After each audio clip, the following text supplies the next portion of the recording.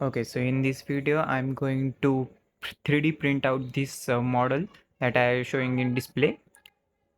Okay, so now it's a time lapse of printing the main core of the of our 3D object model, and it is a time lapse for outer core of our 3D model. I choose different colored both of them, and then it's time to remove it from the 3D printer plate.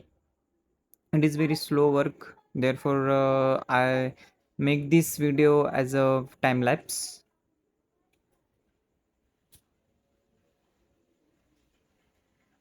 Okay, so object is successfully removed, and then as you can see also it's very cool and beautiful looking and crystal clear.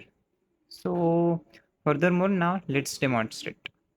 Yeah, as you can see in this also, I'm removing the core from the our shell, and now it's time to insert it into another one shell.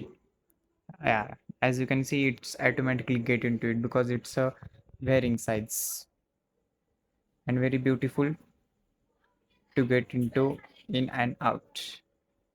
So this is the one of demonstration of our 3D object that I have print in our ATL Labs 3D printer.